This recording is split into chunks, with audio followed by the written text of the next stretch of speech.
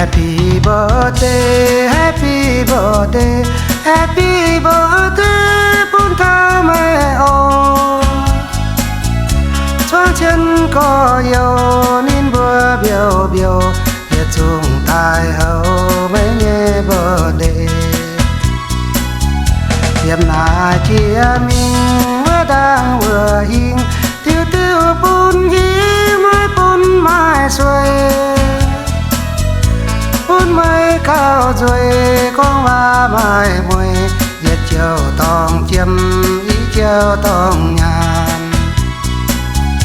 Quảng xuôi chín nhà nên căn đại tai, yam chú tròn khứ mai siêu mai lông. Đứa đông phu quê lu mân bầy bầy, cô mai cô bầy yam mai bầy hoài. Chiều đòm đua ia nếu chia trải ho, yam phun bằng chú nhé sinh trong. Xếp xe chia chín tôn xe chia hồ, chia tao hiểu gian chia mới hiểu gọi.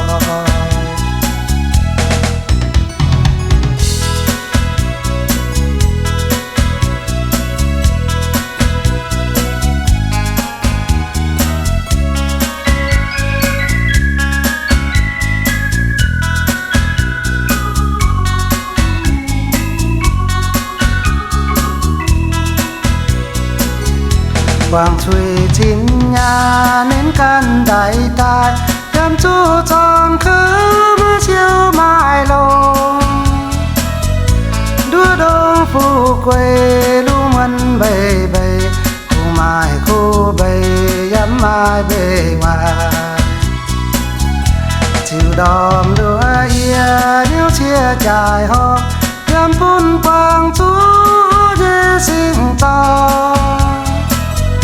Xếp xe chia chín tôn xe chia hồ, chia tao hiểu gian chia mới hiểu gọi.